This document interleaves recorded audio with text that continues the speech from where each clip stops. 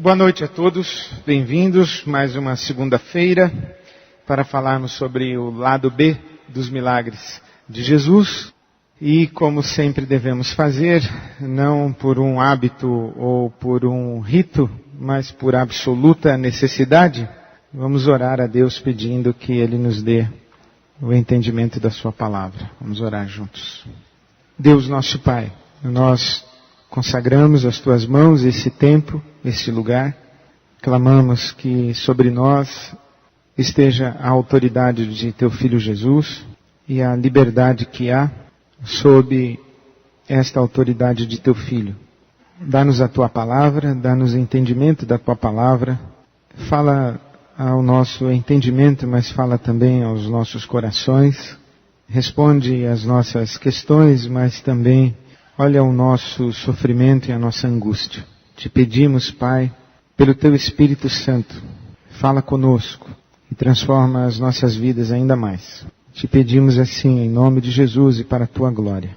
Amém. Hoje vamos a Mateus capítulo 12. Peço que você abra a sua Bíblia até lá e me acompanhe um pouquinho numa recapitulação.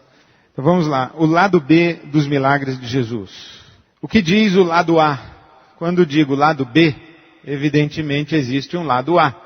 O que é que considero ser a teologia dos milagres na visão mais tradicional ou consensual na cultura evangélica brasileira? O lado A diz que os milagres atestam a divindade de Jesus. Isto é, Jesus andou sobre as águas porque era Deus. O lado A diz que os milagres suscitam a expectativa de idêntica repetição. Assim como curaste aquele cego em Jericó, cura o teu servo hoje também.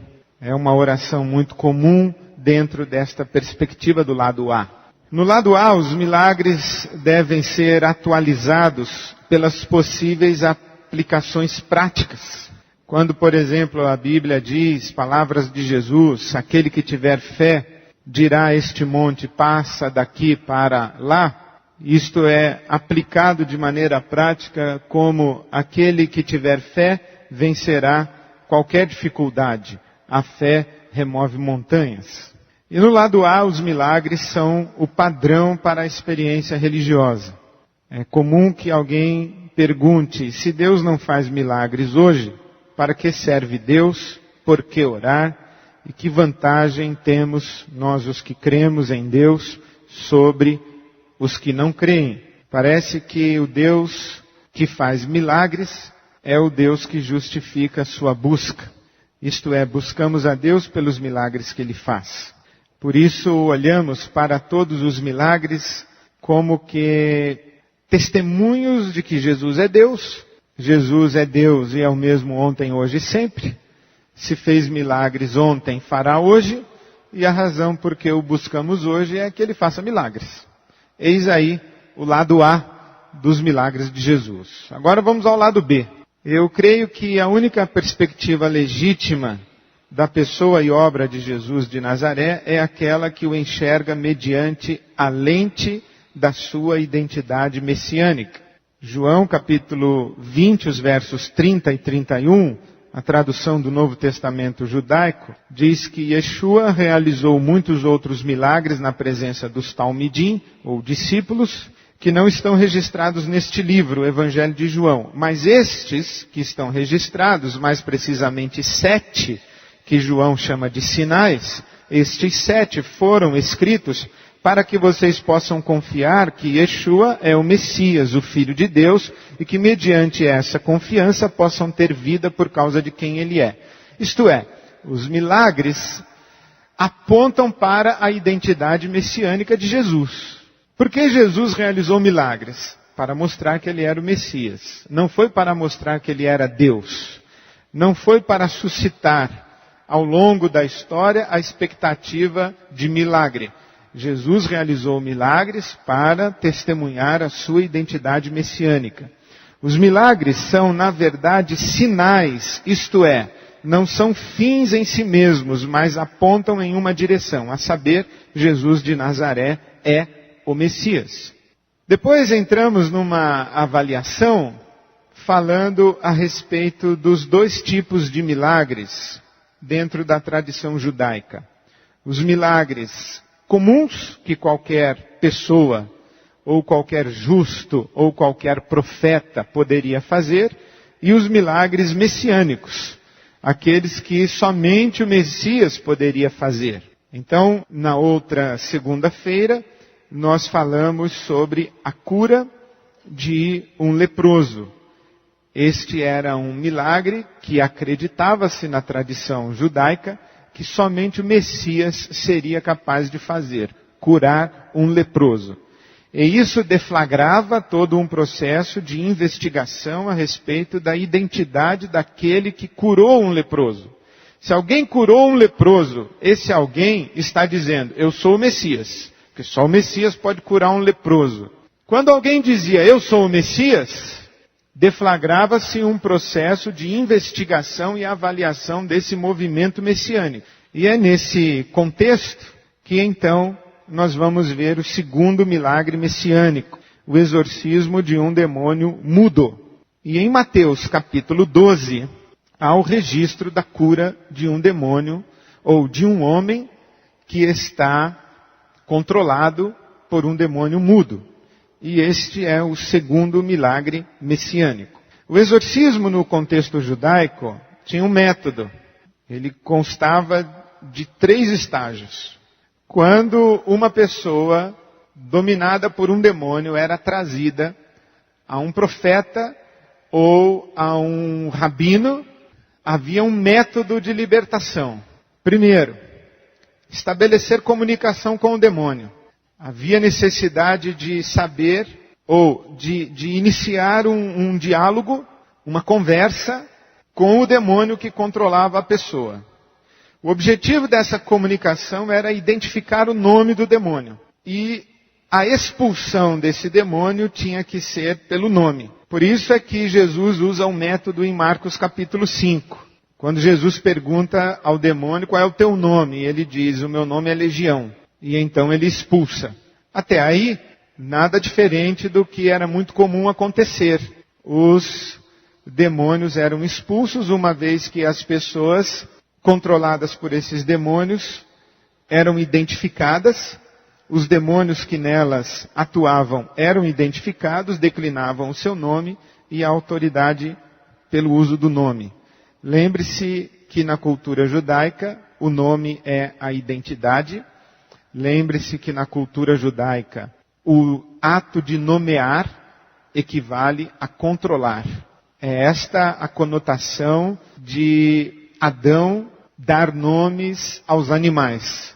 Quem nomeia controla, quem sabe o nome, quem detém o nome detém a identidade. Quem detém o nome controla a identidade. Por isso é que Moisés pergunta a Deus qual é o teu nome e Deus não declina seu nome. Deus não tem nome. Ou o nome de Deus é impronunciável. Ele não tem uma identidade que se restringe a um nome. Nenhum nome consegue conter o eterno. Então, identificar o nome é estar diante daquilo que tem limite. E uma vez identificado o nome, aquele que tem limite, que tem medida, que tem tamanho, passa a ser controlado. Esse é o espírito e é a inteligência desse método de exorcismo no judaísmo. Por isso é que havia a crença na tradição judaica que somente o Messias conseguiria expulsar um demônio mudo. Um demônio que não dissesse o seu nome seria, por força desta compreensão, um demônio não identificado, não passível de controle. Você não sabe o nome, você não sabe com quem você está lidando. Se você não sabe com quem você está lidando, você não sabe como lidar. Se você não sabe o nome, você não sabe a identidade. Se você não sabe a identidade, você não sabe que arma usar. Por isso é que quando alguém é tomado por um demônio, e esse alguém tomado por um demônio é um demônio que causa mudez, ou esse alguém é mudo, não é possível exorcizá-lo. E nesse sentido, esperavam que somente o Messias pudesse expulsar um demônio mudo. Então, em Mateus capítulo 12, começando no verso 22, começa aí a narrativa do exorcismo de um demônio mudo. E note que o versículo 22 diz que levaram-lhe um endemoniado que era cego e mudo. Preste atenção e sublinhe na sua Bíblia o levaram-lhe. Isso é muito importante. Levaram-lhe. Lembre-se que quando se deflagrava um movimento messiânico, o sinédrio imediatamente corria na direção do pretenso Messias para investigá-lo. Essa investigação tinha duas fases: observação e depois interrogação.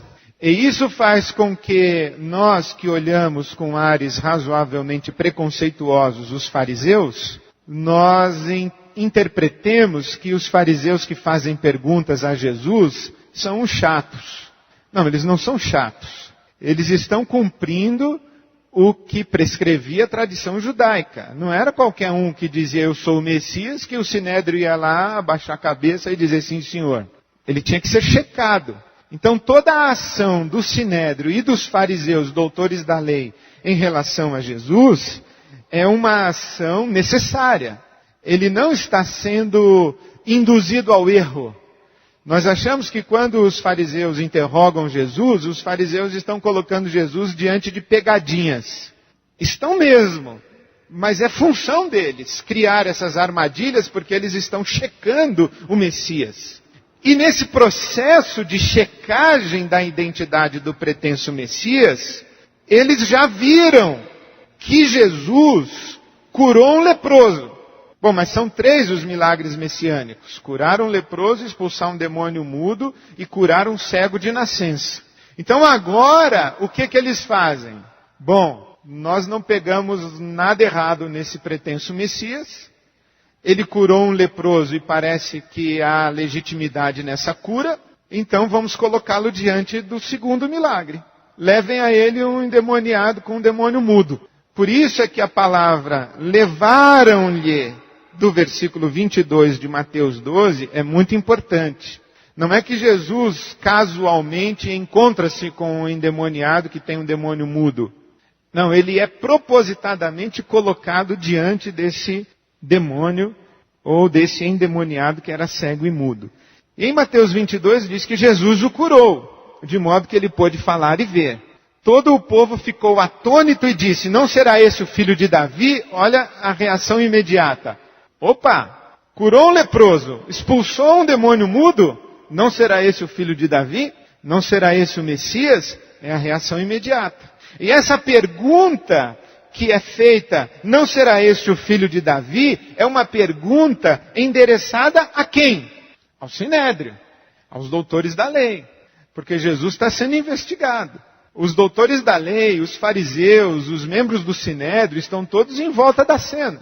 E trouxeram, mais ou menos dizendo, bom, você não é o Messias, então vamos ver se você expulsa um demônio mudo. Aí ele expulsa. Aí a multidão olha para os caras que trouxeram o demônio mudo e diz, bom, e agora? Não é esse aí o Messias, então?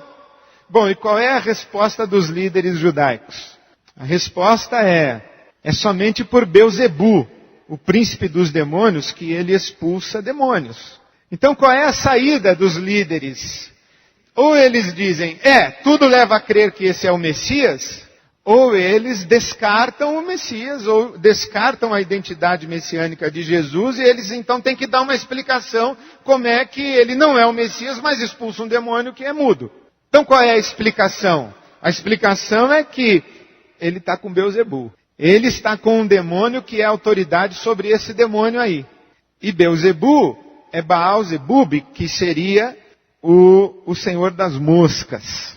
E se você ler o livro dos Reis, o capítulo 1, você vai ver que ali, naquele contexto, existe a experiência de Israel estar envolvido no momento em que o povo é liberto de uma praga de moscas por um tal espírito de Baal, o senhor das moscas. E esse Baal-zebu vai percorrer e vai ganhando identidades na Bíblia Sagrada e chega aqui e ele é identificado como o príncipe dos demônios, e os fariseus e os doutores da lei acusam Jesus de estar sob a ação de Beelzebul.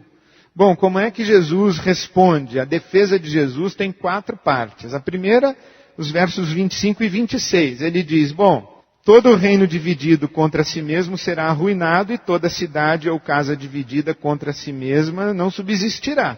Se Satanás expulsa Satanás, está dividido contra si mesmo. Como então subsistirá seu reino?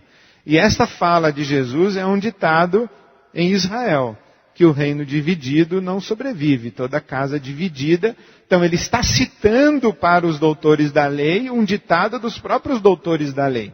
A casa dividida não subsiste. Então ele está dizendo, como é que vocês dizem que a casa dividida não subsiste e acusam Satanás de estar dividido contra Satanás? Há uma incoerência na fala de vocês. A segunda fala de Jesus, ele diz o seguinte, versículo 27 de Mateus 12. E se eu expulso demônios por Beelzebul, então os filhos de vocês expulsam demônios com autoridade de quem? Muito embora os filhos deles não expulsassem demônios mudos, mas Jesus lança essa questão. Qual é o espírito que está atuando nos filhos de vocês para que vocês expulsem demônios também? Depois ele diz mais, versículo 28. Não haveria uma outra explicação?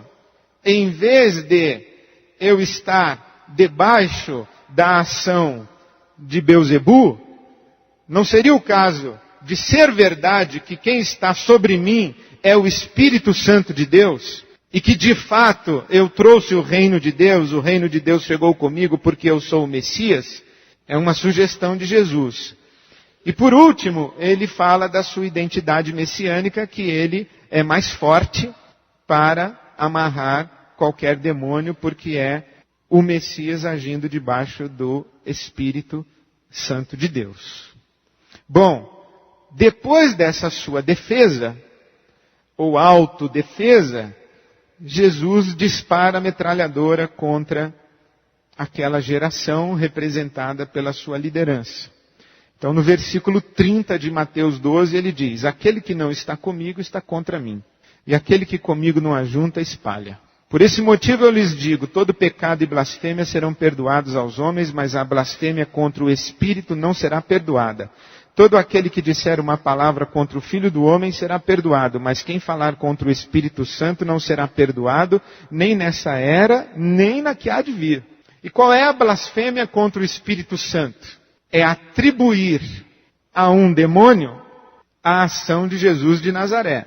Ou negar que o Espírito que está sobre Jesus de Nazaré é o Espírito Santo.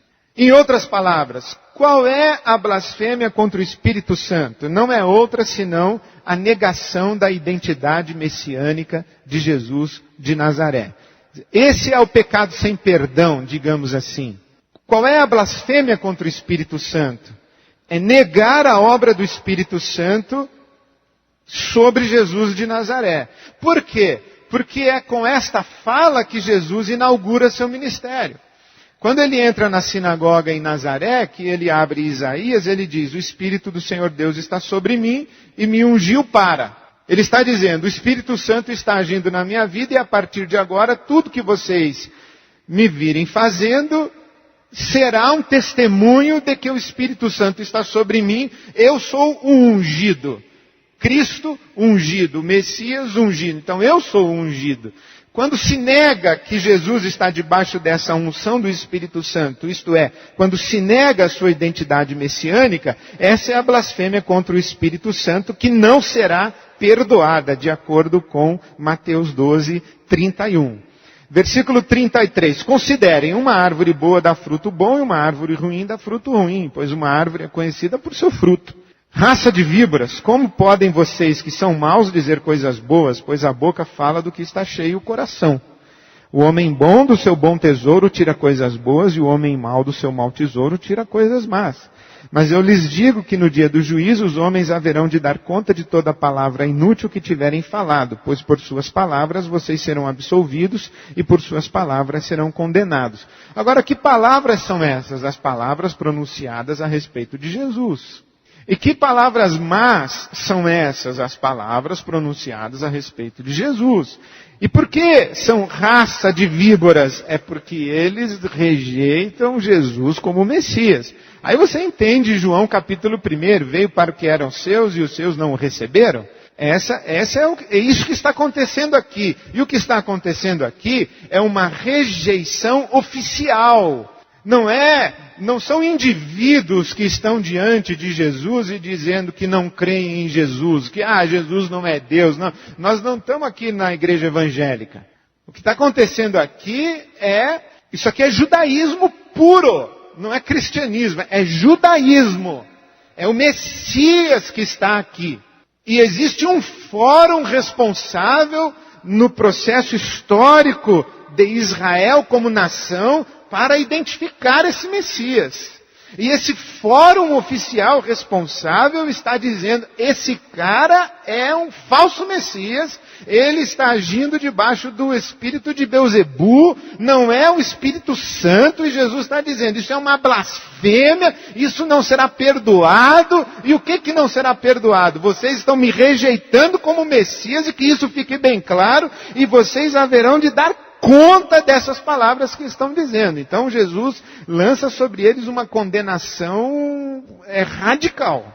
Veja o paralelo de Mateus capítulo 17, quando Jesus desce do Monte da Transfiguração.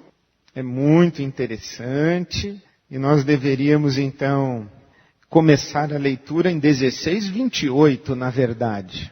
Porque, ou se você preferir ir mais longe, em 16:13. Porque em 16:13 Jesus encomenda uma pesquisa. Quem os outros dizem que o Filho do Homem é? Jesus está fazendo uma pesquisa. Será que o povo aí já descobriu que eu sou o Messias? Os discípulos voltam dizendo, acho que o povo ainda não entendeu. Aí Jesus diz, e vocês dizem que eu sou quem? Aí Pedro diz, tu és o Messias. Aí Jesus fala, muito bem, não foi carne e sangue quem te revelou, mas o meu Pai que está no céu, você é o Messias, né? Aí o que é que ele diz para os discípulos? A primeira coisa que ele diz é, então vocês sabem que eu tenho que morrer, porque é isso que a lei e os profetas dizem. Se eu sou o Messias, eu tenho que morrer, mas eu vou ressuscitar ao terceiro dia. Aí o Pedro demonstra a sua confusão. Ele diz que não, e Jesus fala para trás de mim, etc. Aí depois Jesus faz o chamado ao discipulado em 16:24. E em 16:28 ele faz uma declaração muito estranha. Mateus 16:28. Garanto-lhes que alguns dos que aqui se acham não experimentarão a morte antes de verem o Filho do Homem vindo em seu reino. Bom, o que quer dizer isso? Numa leitura simples, ou simples não, simplória, é uma promessa escatológica. Jesus está dizendo, o reino de Deus será instaurado, estabelecido, e alguns de vocês não vão morrer antes disso. Mas pode ser interpretado de outra maneira. Garanto que alguns de vocês que aqui estão não experimentarão a morte antes de verem claramente a glória do Messias em seu reino.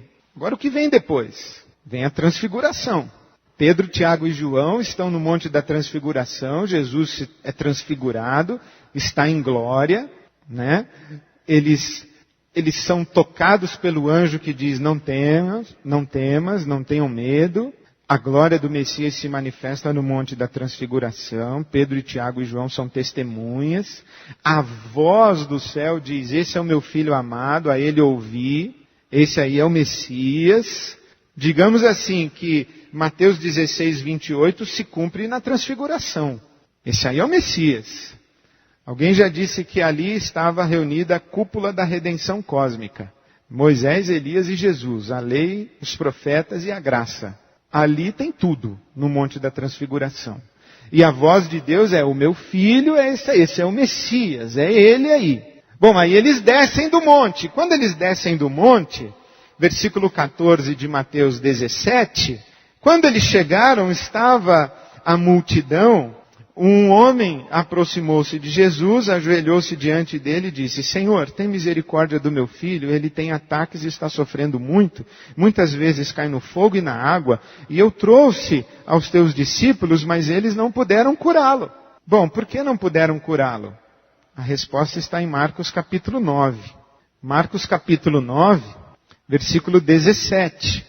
É a mesma passagem narrada por Marcos. Exatamente o mesmo momento. Jesus volta do Monte da Transfiguração e ele encontra um homem no meio da multidão e esse homem diz: Mestre, eu te trouxe o meu filho porque está com um espírito que o impede de falar. Eu te trouxe um demônio mudo. Os teus discípulos não conseguiram expulsá-lo. Mas o Senhor é o Messias. O Senhor pode. E isso é extraordinário, porque esse homem consegue perceber o que aquela multidão não consegue perceber, e o que o Sinédrio não consegue perceber, e o que os discípulos não tinham conseguido perceber. É interessante que a gente fala coisas que não são interiorizadas por nós. Os discípulos ouviram Pedro falar, os discípulos ouviram Jesus dar razão ao que Pedro falou a respeito de ser ele o Messias. Os discípulos ouviram Jesus dizendo: eu sou o Messias, mas eles não conseguem expulsar o demônio. Aí Jesus diz uma coisa interessante. Eles perguntam: por que nós não conseguimos expulsar? E ele responde: porque esta casta ou esse tipo de demônio, que tipo de demônio? O demônio mudo, ele só pode ser expulso com oração e jejum. O que quer dizer isso? Quer dizer que Jesus ensina uma mandinga? O que é que tem autoridade sobre demônios? O jejum e a oração ou o nome de Jesus? Bom, é o nome de Jesus. O que é que ele está dizendo aqui? Ele está dizendo que antigamente vocês expulsavam demônios conversando com os demônios. Agora vocês expulsam demônios conversando com Deus. Antigamente vocês precisavam interagir com os demônios, mas agora está aqui presente o Messias. E no reino dos Messias, os demônios não falam, só Deus fala. Vocês não se preocupem com os demônios, se preocupem com o Pai. Mudou o paradigma. E voltando para Mateus capítulo 12, Jesus deu aquela fala radical, lembra-se? A blasfêmia contra o Espírito Santo, a rejeição do Messias, etc, etc. E no versículo 38 de Mateus 12 ele fala: então alguns dos fariseus e mestres da lei lhe disseram: Mestre, queremos ver um sinal miraculoso feito por ti. Veja que interessante.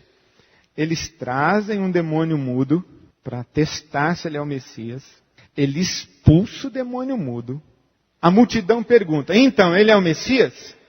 Os mestres da lei dizem: não é o Messias, é um cara agindo debaixo do espírito de Belzebu. Aí Jesus desce o morro com eles, eles sacodem a poeira da cara e dizem: mestre, faça um sinal para nós. Bom, aí ninguém merece. E Jesus respondeu: uma geração perversa e adúltera pede um sinal miraculoso, mas nenhum sinal lhe será dado, exceto o sinal do profeta Jonas. Pois assim como Jonas esteve 3 dias e 3 noites no ventre de um grande peixe, assim o Filho do Homem ficará 3 dias e 3 noites no coração da terra. Os homens de Nínive se levantarão no juízo contra esta geração e a condenarão, pois eles se arrependeram com a pregação de Jonas e agora está aqui o que é maior do que Jonas. A rainha do sul se levantará no juízo com esta geração e a condenará, pois ela veio dos confins da terra para ouvir a sabedoria de Salomão, e agora está aqui o que é maior do que Salomão. Então o que é que Jesus fala? Chega de sinais. Eu fiz os sinais até que vocês se pronunciassem se eu era o Messias ou não. Vocês já se pronunciaram. Vocês disseram que eu não era. Agora chega de sinais. E quando Jesus diz agora chega de sinais, há uma mudança de paradigma na ação de Jesus. Uma mudança de paradigma que não é bem observada pela maioria de nós. Por exemplo, há uma mudança de paradigma no que diz respeito ao propósito da ação de Jesus. Primeiro, ele faz milagres que são sinais que atestam a sua identidade messiânica. Depois, ele diz, chega de sinal. Então por que ele continua fazendo, entre aspas, milagres, se ele já disse chega de sinal? Porque agora ele não está mais falando com a multidão. Ele está falando com os 12. Agora ele está falando com os seus e somente com os seus. Ele não está mais preocupado em comunicar a sua identidade messiânica à multidão e aos líderes de Israel. Ele deleta o sinédrio. Não quero mais saber de sinédrio. Agora é com os meus. A conversa agora é com os meus. Então o propósito muda. Não mais testemunho da messianidade, mas sim o discipulado dos seus. O público-alvo muda. Jesus faz sinais que são públicos e diz o seguinte: mostra-te ao sacerdote, e a partir desse momento ele não faz mais sinais públicos. Lembra-se quando ele cura um homem que está mudo, e a Bíblia diz que chamando-o para um lugar à parte, agora não é mais na massa, são indivíduos. E agora não são mais sinais, são respostas à fé no Messias. Porque aquele paralítico que é descido diante de Jesus, Jesus não pergunta para ele se ele tem fé. Ele vai lá e cura, na frente de todo mundo. Por quê? Porque aquilo é um sinal. Mas uma vez que ele diz, chega de sinal, não mais para a massa, não mais para testemunhar sua messianidade, mas para relacionar-se com os seus no discipulado e responder à fé daqueles que o reconhecem como Messias. A mensagem de Jesus agora é uma mensagem diferente. Ele que falava tão aberta e claramente, agora ele fala por parábolas. O primeiro sermão dele, identificado como Sermão do Monte, é um sermão claríssimo. Tão claro que as pessoas não apenas entendem o sermão, mas entendem que aquele sermão é uma afronta ao sinédrio. Ouvistes o que foi dito, eu porém vos digo. Está claríssimo. Mas a partir desse momento em que ele diz, chega de sinais, ele já não fala mais para a multidão e não fala mais para as massas, ele fala para os seus. Ele fala para quem tem ouvidos para ouvir. Ele fala para as minhas ovelhas, ou para as suas ovelhas. Ele fala para as minhas ovelhas, elas ouvirão a minha voz e me seguirão. A massa já se pronunciou, agora eu não tenho mais nada que ver com a massa, agora eu tenho que ver com os meus. Por isso que em Mateus 13:34, Jesus inicia, Mateus 13 são as parábolas do reino, que ele conta, ninguém entende, e ele precisa explicar, inclusive para os seus discípulos, em separado, que ninguém entende. Em Mateus 13:34 diz o seguinte, Jesus falou todas estas coisas à multidão por parábolas. Nada lhes dizia sem usar alguma parábola, cumprindo-se assim o que fora dito pelo profeta. Abrirei a minha boca em parábolas e proclamarei coisas ocultas desde a criação do mundo. Então ele deixou a multidão e foi para casa. Seus discípulos aproximaram-se dele e pediram, explica-nos a parábola do joio no campo. Nem os discípulos entenderam. Quer dizer, a multidão ficou sem explicação. Não entendeu nada, ficou sem explicação. Agora ele se recolhe com os discípulos e explica para os discípulos. E muda também aí o método, então que é, antes ele falava claramente, agora fala por parábolas, e a mensagem que ele divulgava, agora ele oculta. Há uma mudança radical de paradigma na ação de Jesus. Esta é, portanto, uma percepção do segundo milagre de característica messiânica, que é a expulsão de um demônio mudo. Esta é, portanto, a maneira como devemos compreender afirmações do tipo, esta casta não sai senão com jejum e oração.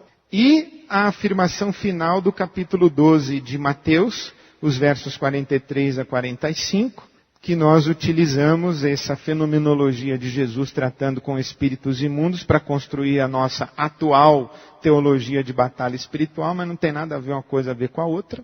O que Jesus está fazendo aqui é lidando com esse cisma de ele é o Messias ou não é o Messias. A partir da identificação, ele não é, e da rejeição, ele passa a se relacionar apenas com aqueles que o identificam como Messias e esquece a multidão, esquece a massa, esquece o sinédrio e começa a lidar com os seus, mostrando para os seus a dinâmica do reino de Deus que ele, o Messias, trouxe. Por ora, é isso. Agora vamos às suas questões e perguntas.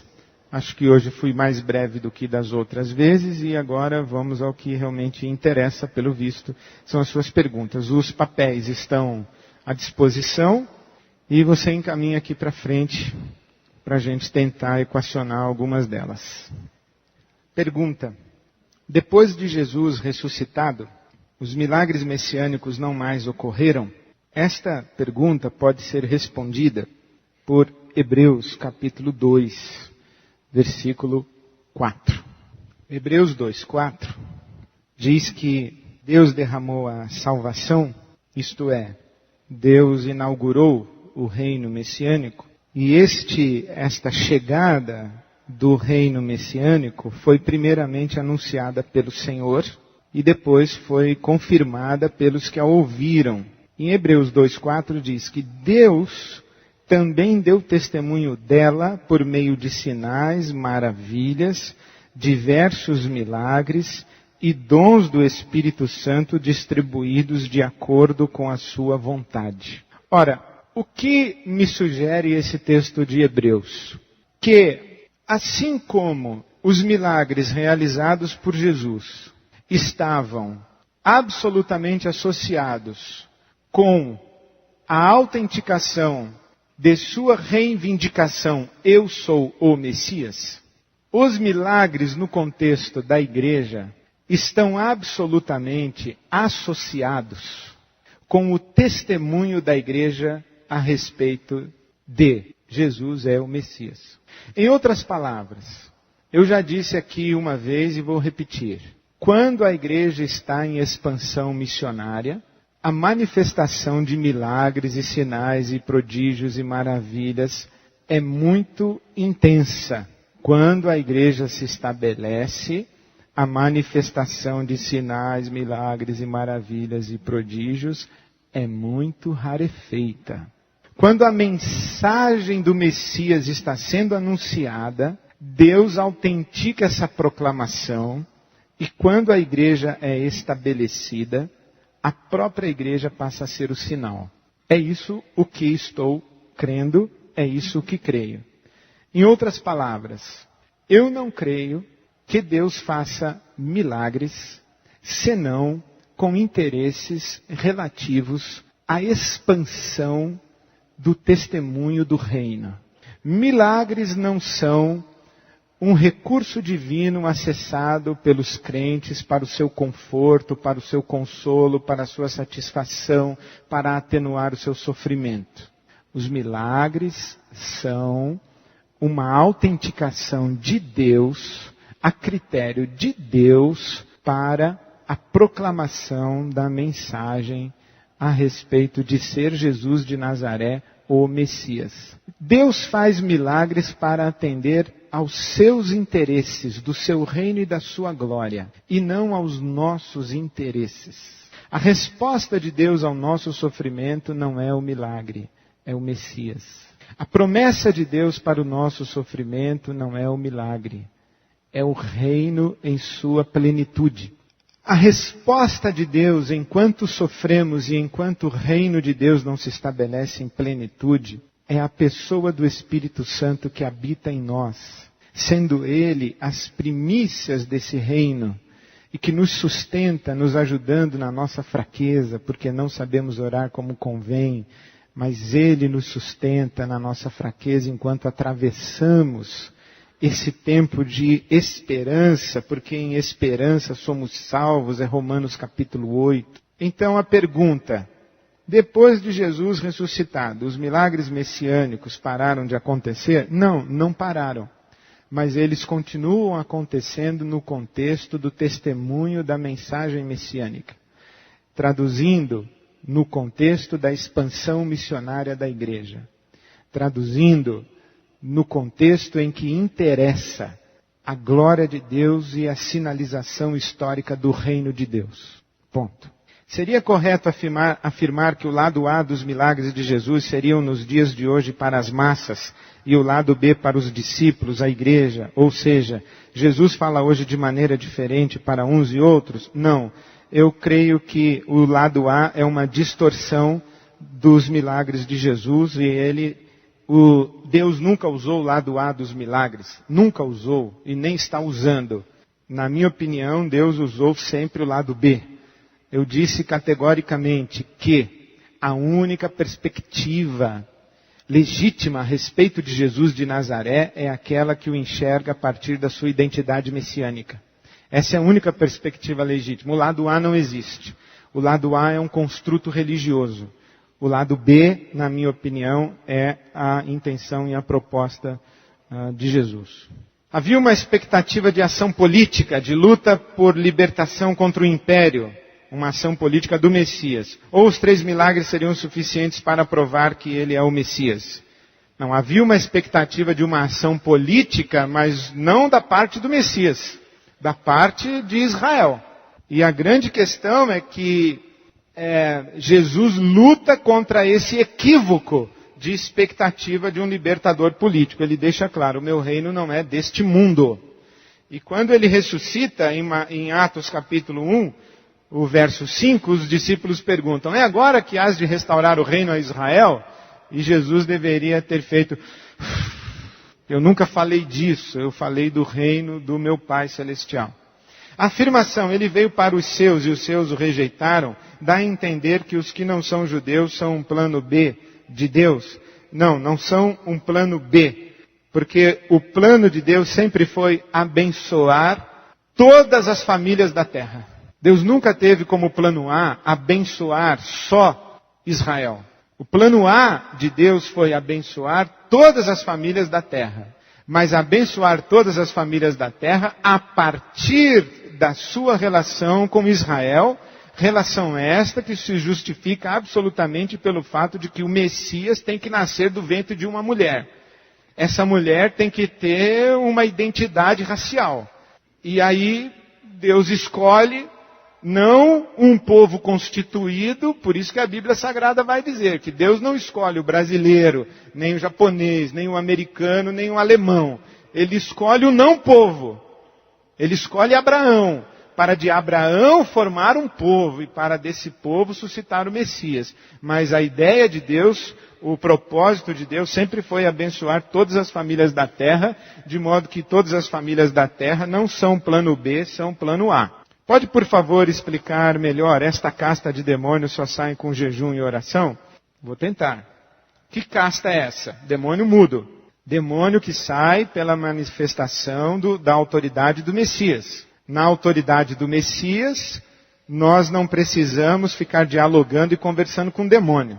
Na autoridade do Messias, nós nos revestimos de todo o poder de Deus e ministramos na vida das pessoas. Nós nos revestimos da armadura de Deus. Nós não precisamos ficar conversando com o demônio. Em outras palavras, Jesus diz assim, tirem o foco da atenção aos demônios, do poder deles, da identidade deles, do que eles podem ou deixam de poder, do que eles fazem ou deixam de fazer. Em outras palavras, cancelem todos esses seminários de batalha espiritual que vocês têm na igreja evangélica e voltem-se para a luz. Quando vocês se voltarem para a luz, é na autoridade do Messias que vocês expulsarão todo e qualquer tipo de demônio, inclusive esses aí que vocês não conseguiram expulsar. O problema é que não dá para expulsar demônios sem estar revestido de toda a armadura de Deus, sem estar fortalecido na graça do Senhor, sem estar preparado para o dia mau e para poder resistir no dia mau. É isso que ele está dizendo. Quando se disse que não haverá perdão aos que negaram Jesus como Messias, isto me atinge direto, porque de alguma forma já neguei Jesus em meus atos. Como saio dessa? Você não negou, senão não estaria aqui, senão não estaria fazendo essa pergunta, senão não estaria preocupado com a sua condenação e seu destino eterno. Se você tivesse negado, Deus já tinha tirado a mão dele de você e você estava exatamente agora na mais absoluta escuridão. Então, você pode ficar tranquilo que você só está fazendo essa pergunta porque Deus, com a sua graça, concede a você a oportunidade de fazê-la. A graça de Deus está sobre a sua vida, não tenha dúvida. Baseado na sua afirmação sobre o jejum, qual seria de fato a sua importância? O que Jesus está dizendo é que nós não mais nos preocupamos com demônios, nós nos preocupamos com Deus. Jejum e oração não é alguma coisa que a gente faz para ficar conversando com o demônio, correto? Naquela época, o pessoal para expulsar demônio tinha que estabelecer comunicação com o demônio. Jesus está dizendo, agora não é mais assim, pessoal, para de entrevistar demônio no palco. Agora recolha-se em jejum e oração, fale com Deus. Então, para que serve o jejum? O jejum ao longo da história da igreja, foi identificado e tratado como uma disciplina espiritual. O jejum é um tempo de busca de Deus. O jejum é uma forma de busca de Deus. O jejum implica tanto uma atividade, quanto uma utilização do tempo, quanto uma atitude do coração em que nós buscamos a Deus. Evidentemente, não diz a palavra de Deus em Tiago, sujeitai-vos, pois, a Deus, resisti ao diabo e ele fugirá de vós? É isso que a gente tem que fazer. O jejum e a oração, eu imagino, e aqui estou sugerindo, que Deus me perdoe ou me abençoe, que Jesus poderia ter dito, essa casta não sai senão com leitura da Bíblia, meditação, louvor, adoração, comunhão, confissão de pecado, estudo da palavra, jejum e oração. Jejum e oração não é essas duas coisas. Essas duas coisas são simbólicas vocês agora expulsam demônios na autoridade de Deus, que Deus lhes confere, portanto, busquem a Deus para que tenham essa autoridade. Porque Deus permite que demônios possuam pessoas. Bom, quem permite que demônios possuam pessoas, em primeiro lugar, são as pessoas. Deus não permite que demônios possuam pessoas. Deus liberta pessoas possuídas por demônios. Mas a resposta a esta pergunta mais completa, eu sugiro que você compre na Insights o sermão de ontem à noite, que eu levei 50 minutos para responder essa pergunta. Esta blasfêmia contra o Espírito Santo não seria a pessoa estando com o Espírito Santo, mesmo assim, ir contra esta voz interior, que seja contrariando o Espírito Santo? Não. A blasfêmia contra o Espírito Santo não é a mesma coisa que fechar-se à voz do Espírito Santo no interior. Deixei claro, a blasfêmia contra o Espírito Santo é negar que o Espírito Santo está sobre Jesus de Nazaré e que Jesus de Nazaré é o ungido do Espírito Santo. É isso. Por que Jesus deu uma bronca na geração incrédula em Marcos 19, se eles levaram o endemoniado ao único que o podia curar? Não, ele não deu uma bronca na geração porque eles levaram o endemoniado ao único que o podia curar. Ele deu uma bronca, em primeiro, porque a geração rejeitou a identidade messiânica dele, Jesus. E ele deu uma bronca porque ele não deu na multidão. Ele deu uma bronca nos discípulos dele que já sabiam que ele era o Messias e continuaram agindo como se o Messias não tivesse chegado. É isso que ele está dizendo. O reino de Deus chegou, vocês continuam agindo como se o reino não tivesse chegado. O Messias está presente, vocês continuam agindo como se o Messias não tivesse presente. Da mesma forma que o pessoal diz assim, os teus discípulos não jejuam. Aí Jesus diz assim, mas o noivo está presente, para que eles vão jejuar? O noivo está presente. Eles não podem agir como se o noivo não estivesse presente. Eles têm que agir como se o noivo estivesse presente. O noivo está presente. Poxa, não para de chegar a pergunta dessa vez. Será que deixamos de nos deparar com milagres de Jesus porque ficamos muito mais preocupados e deslumbrados do que, na verdade, ser um agente na mão de Deus para matar a fome de quem tem fome, matar a sede de quem tem sede, visitar os presos, vestir os nus e fazer parte deles em vez de ficar de fora olhando? Eu concordo em gênero, número e grau. Os milagres, eles acontecem no contexto de uma igreja em missão, não uma igreja em louvorzão e noite de libertação. Quando a igreja está em missão, aí a mão de Deus vai com ela. Quando a igreja está reunida, infantilizada, pedindo socorro para o Papai do Céu, o Papai do Céu fica muito triste. E a primeira vez que ele ficou triste com uma igreja assim, ele deflagrou uma perseguição lascada lá em Jerusalém. Uma igreja em si mesmada. Sendo a blasfêmia contra o Espírito Santo, sendo a blasfêmia contra o Espírito Santo, a rejeição da messianidade de Jesus, os judeus não têm perdão. Bom, essa é a pergunta. E aí você vai ter que ler Romanos 9, 10 e 11, entender e me explicar. Sabe por quê? Porque é uma coisa seríssima isso. Porque Paulo em Romanos 9, 10 e 11 diz que os judeus negaram porque Deus cegou-lhes o entendimento. Eles negaram porque Deus fez com que negassem. Porque o cordeiro só poderia ser morto sacerdotalmente. O sacerdote teria que matar o Messias. para matar o Messias, não poderia reconhecê-lo como Messias. Então Deus cegou os olhos dos sacerdotes para que os sacerdotes sacrificassem o cordeiro. E aí a turma pergunta, mas Deus é injusto, porque cegou os olhos dos judeus para que eles matassem o Messias? Aí Paulo diz duas coisas. Primeiro, não se meta na relação de Deus com o povo dele, porque ele tem um jeito diferente que nós não vamos entender. E em segundo lugar, quem é você para dizer que Deus é justo ou Deus é injusto, que Deus faz isso ou faz aquilo? Quem é você, a criatura, para ficar questionando o Criador? Então, essa pergunta aqui eu não sei responder. Não sei mesmo. Não sei mesmo. Por favor, explique melhor o texto de Mateus 12. Não ficou claro para mim a questão dos 7 espíritos piores o que este quer dizer. Também não ficou claro para mim. Não sei explicar. Eu não sei explicar. Eu só acho que deve ter alguma relação contextual, cultural. Essa numerologia é muito interessante. 7 espíritos, por que não 8, por que não 9, por que 7 espíritos? Será que ele não está dizendo, e agora estou pensando alto, será que ele não está dizendo que uma geração que está cega por uma ação demoníaca e rejeita o Messias, fica absolutamente cega, isto é, 7 vezes cega, plenamente cega? Será que isso aqui é base para a gente ficar dizendo que é uma pessoa que não aceita Jesus e a gente expulsa demônio, aí vem mais 7, aí depois expulsa 7, aí vem mais 7, aí fica 14? Será que é isso mesmo? Eu não sei, porque se é 7 só, tá bom demais, pessoal. Porque a legião romana, é melhor ter 7 do que ter a legião. Se é 7 só, tá bom. Então parece que esse 7 aqui não é 7. Esse 7 aqui é absolutamente dominado. Fica cegado. É aquela geração lá que ficou absolutamente cegada e sem perdão, não tem volta.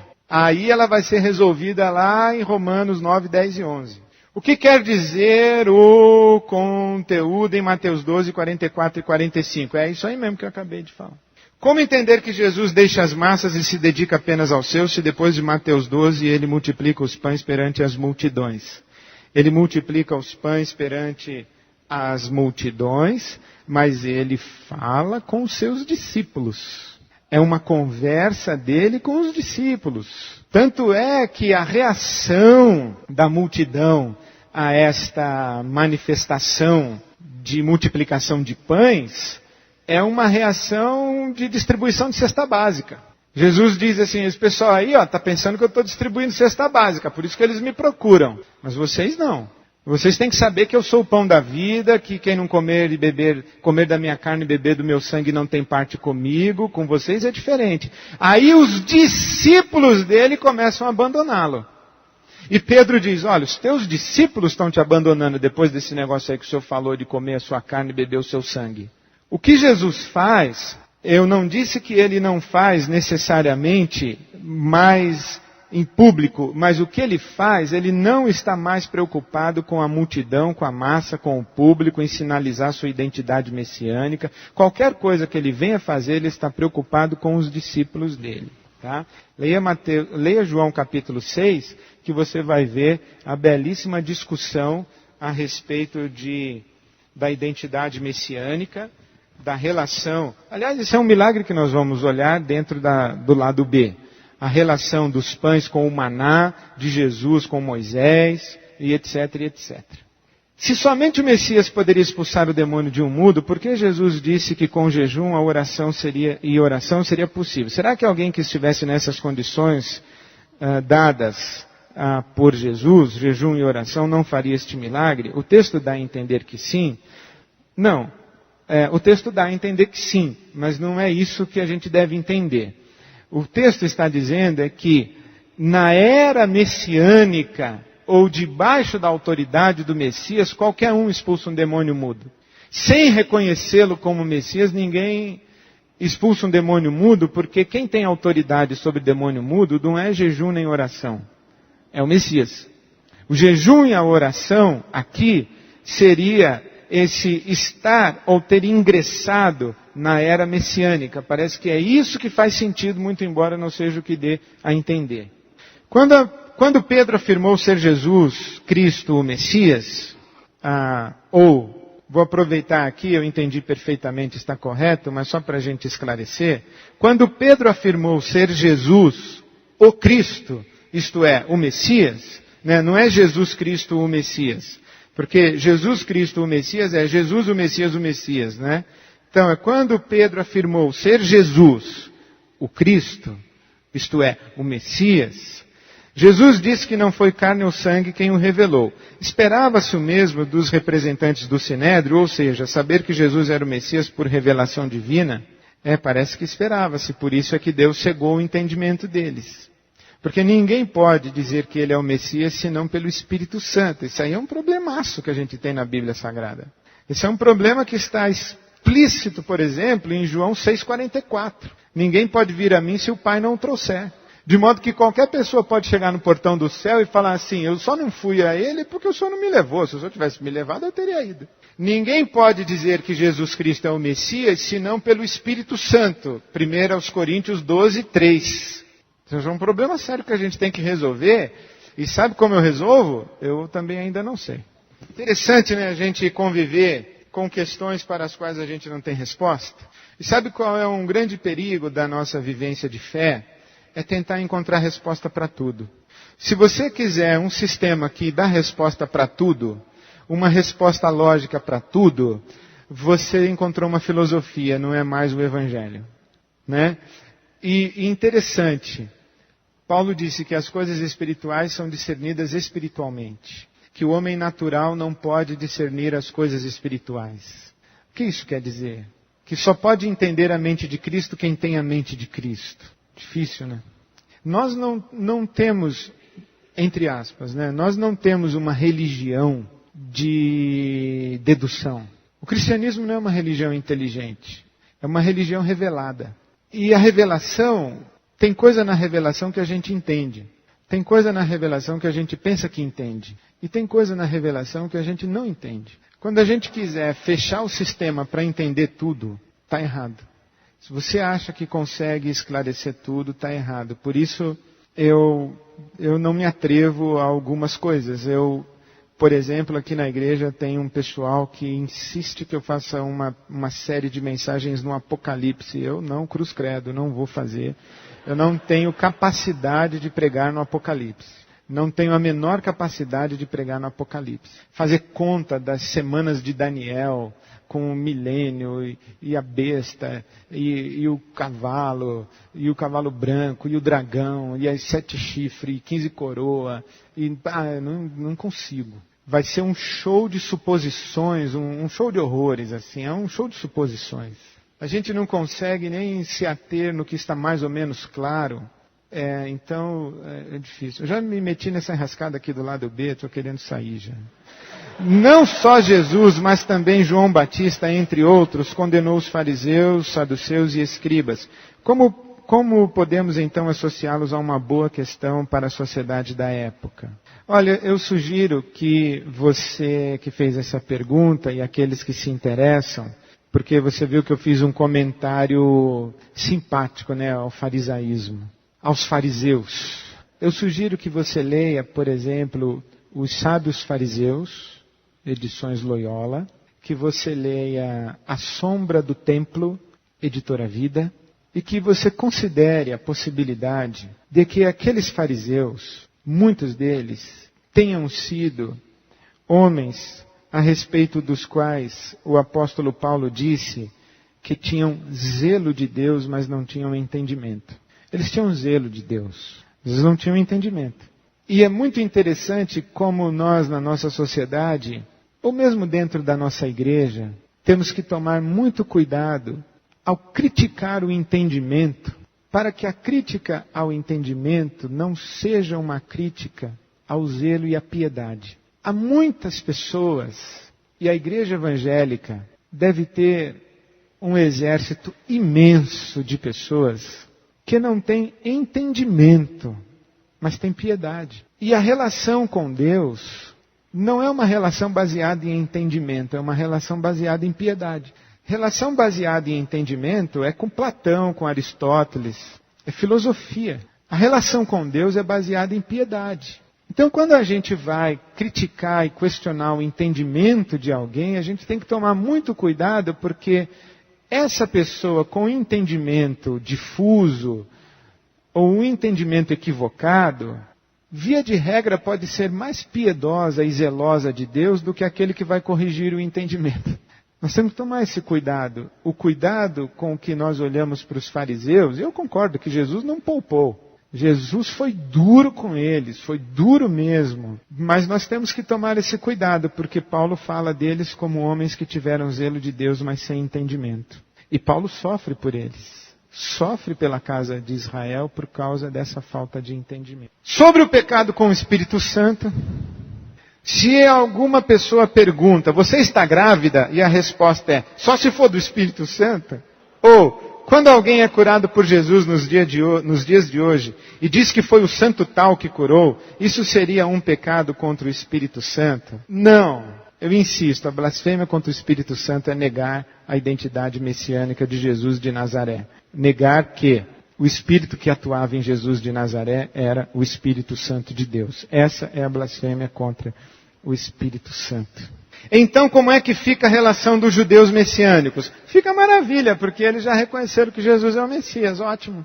Aleluia, glória a Deus. Os judeus que reconheceram que Jesus é o Messias, amém. Glória a Deus. Porque não se esqueça que Pedro era judeu, Tiago era judeu, Saulo de Tarso era judeu, Jesus era judeu. Então, judeu messiânico não é uma novidade. Saulo de Tarso era um judeu messiânico. O judeu messiânico tem um monte de judeu messiânico, né? Bom, chegou a hora de eu tentar dar um laço no sapato. Primeira coisa que eu quero dizer para tentar dar um laço no sapato é que eu sei que nós ainda não chegamos onde você quer chegar. Eu sei. Mas eu insisto que você tenha paciência, porque Deus mediante nós chegaremos lá. Segundo, eu espero que eu tenha conseguido, se não muita coisa, eu espero que pelo menos eu tenha conseguido fazer com que você tenha mais cuidado ao ler a Bíblia. E tenha percebido que Jesus não dava ponto sem nó. Quando ele falava uma coisa, ele estava falando e dando recado. Quando ele fazia um milagre, ele estava agindo e mandando um recado. A ação de Jesus, ela é cheia de mensagem cifrada, de códigos. Então, eu espero ter suscitado em você uma maior reverência na leitura dos evangelhos e ter suscitado em você, instigado você a transcender essa leitura literal, que Jesus multiplicou os pães, então, Senhor, multiplica o pão da casa da viúva. Assim como no passado. Bom, se você quiser orar assim, Deus te abençoe. Se Jesus vai multiplicar o pão da casa da viúva ali de Diadema, é um problema de Deus, de Jesus. E olha, louvado seja Deus e que Ele multiplique mesmo. Mas o que eu estou querendo dizer para você é que quando Jesus multiplica pães, quando Ele cura um leproso, o próximo vai ser um cego de nascença e nós vamos falar sobre maldição hereditária. Daqui a 15 dias o nosso tema vai ser maldição hereditária, quebra de maldição, dentro dessa perspectiva de identificar Jesus como Messias. Então não perca, traga os amaldiçoados para cá. Vai ser a noite da quebra da maldição aqui na IBAB. Você vai entender o que a Bíblia está falando sobre isso, tá bom? Nós vamos falar sobre isso. Então, eu queria dizer para você que quando Jesus cura um cego, quando Ele cura um leproso, quando Ele passa lama nos olhos de alguém, quando Ele toca a saliva na saliva de alguém, isso não é mandinga, isso tem a ver com costume da época, tem a ver com prática do judaísmo, tem a ver com mensagem que Ele está enviando, mensagem cifrada. Essa interpretação de que Jesus era Deus e que Jesus continua sendo Deus e que Jesus curou lá e portanto Jesus vai curar aqui, eu diria que essa é uma interpretação que é legítima no sentido da piedade, mas ela é absolutamente equivocada no contexto da revelação do Messias e do propósito de Deus ao trazer o Messias para nós. O lado A que é esse raciocínio simples. Jesus curou porque era Deus, ele continua sendo Deus, então se curou ontem, vai curar hoje.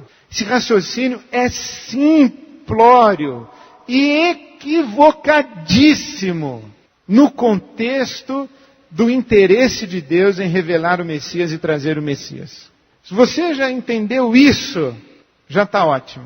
Agora tem um monte de coisa a mais para a gente entender. E eu espero que a gente entenda. Eu não tenho pressa, espero que você não tenha pressa e que a gente continue olhando os evangelhos atrás de como foi que Jesus revelou-se como Messias e qual é essa dinâmica de diálogo de Jesus com a sua geração a partir da sua identidade messiânica. Peço a Deus que os leve na sua graça e na sua paz. São 10 horas. E não se esqueça que daqui a 15 dias falaremos sobre a cura de um cego de nascença. João capítulo 9, pode ler já na sua casa, estudar se você quiser. João capítulo 9, a cura de um cego de nascença. E falaremos sobre quebra de maldições e maldições hereditárias. Que Deus os leve em paz. Amém.